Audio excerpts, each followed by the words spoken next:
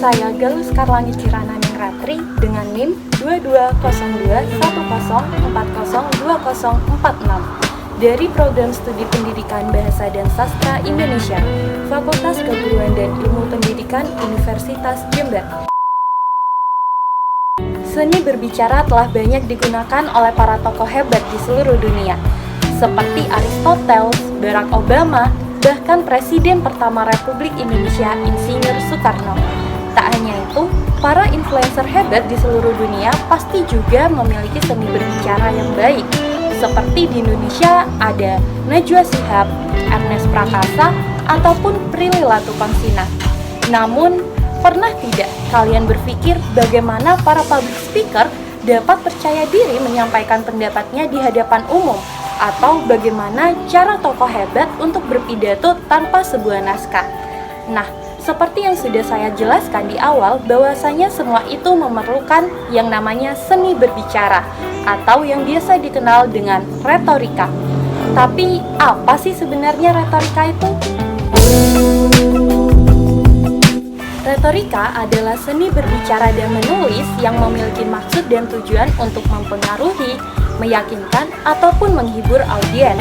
Namun tak hanya itu, retorika juga memiliki maksud dan tujuan lainnya sesuai dengan apa yang dikehendaki oleh pembicara. Retorika telah ada sejak zaman dahulu, maka dari itu ilmu retorika sangat relevan dengan kehidupan manusia. Dalam beretorika, Aristoteles menyebutkan adanya 3 komponen penting yang harus dimiliki atau dipahami seseorang sebelum melakukan retorika. Yang pertama adalah ethos. Ethos adalah image atau reputasi yang harus dimiliki oleh para pembicara agar para audiens meyakini apa yang dikatakan. Yang kedua adalah logos. Logos adalah sekumpulan pikiran logis yang disampaikan oleh pembicara untuk audiens agar mereka percaya dengan apa yang dikatakan. Dan yang terakhir adalah pathos.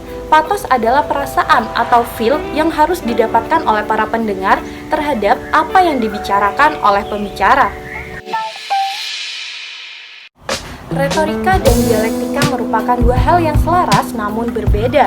Retorika secara bahasa diartikan sebagai seni dalam menyampaikan suatu pendapat atau pandangannya atau pula pikiran dan perasaannya sehingga audiens dapat memahaminya dengan baik. Dan sejatinya retorika akan berujung pada usaha untuk mempertahankan pendapat mengenai apa yang dipikirkan ataupun apa yang dirasakannya. Berbeda halnya dengan dialektika. Dialektika yang berasal dari kata dialek dan etika diartikan sebagai sebuah pengujian terhadap pandangan atau pikiran dalam kemungkinan-kemungkinan yang tidak produktif dalam akal pikiran.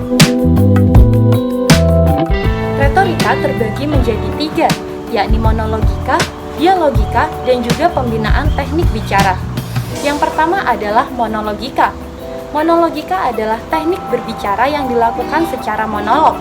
Contohnya seperti berpidato, ceramah, ataupun deklamasi. Dan yang kedua adalah dialogika. Dialogika adalah seni berbicara yang dilakukan secara dialog, di mana 2 orang atau lebih mengambil bagian dari sebuah proses pembicaraan. Contohnya seperti saat diskusi, musyawarah, tanya jawab, ataupun saat berdebat. Dan yang ketiga atau yang terakhir adalah pembinaan teknik berbicara. Pembinaan teknik berbicara sangatlah penting, di mana efektivitas dari monologika dan juga dialogika tergantung pada pembinaan teknik bicara. Bahasa sebagai media dalam beretorika sangatlah penting. Dalam retorika, bahasa diartikan sebagai suatu bunyi ujaran yang digunakan dalam proses komunikasi. Dalam beretorika, bahasa dikaitkan dengan penggunaan suatu seni, di mana seni berbicara dan bahasa dijadikan satu dalam suatu pemilihan gaya bahasa. Gaya bahasa diartikan sebagai kemampuan dalam memilih atau keahlian seseorang dalam menyusun suatu kata-kata menjadi sebuah kalimat yang indah sesuai dengan tujuan dan maksud yang diperuntukkan. Bahasa dalam beretorika memiliki arti simbolik yang sangat besar dalam suatu proses komunikasi. Menurut Little John dalam bukunya, retorika adalah bagian dari ilmu komunikasi yang diartikan sebagai suatu proses pertukaran informasi dan berita antar manusia. Dalam proses retorika dan komunikasi terjadi yang dipengaruhi oleh beberapa faktor, seperti ilmu pengetahuan yang dimiliki, sikap, dan juga sistem sosial. Ilmu retorika sangatlah penting untuk dimiliki, terutama pada abad 21 ini. Retorika menjadi investasi jangka panjang yang dapat digunakan dalam menghadapi perkembangan zaman. Dan tak hanya itu, ilmu retorika dapat menjadi peluang hebat bagi seseorang yang ingin lebih dihargai di lingkungan sosial masyarakat.